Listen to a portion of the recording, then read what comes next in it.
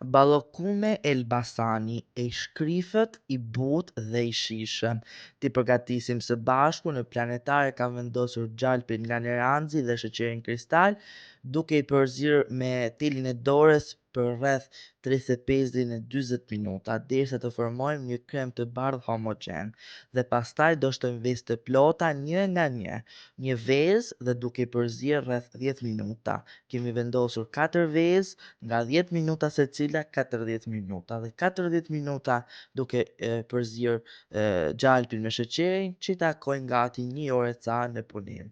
Dhe pastaj do shtojmë mielin e misër nga neranzi mirë, por unë kam shtuar dhe 100 gram miell 00 të bardhë që t'i jap dhe më shumë shije. Realisht receta e vjetër ka 100% miell misri, por unë i kam shtuar pak miell të bardhë 00, shumë e mirë dhe shikoni rezultatin, nuk do jetë as i fortë dhe as i qullët, do jetë homogen dhe konstant, i vendosim tek tepsia rrumbullake, siç e shikojmë këto topat, dhe pjekja do jetë 180 gradë për rreth 35 minuta.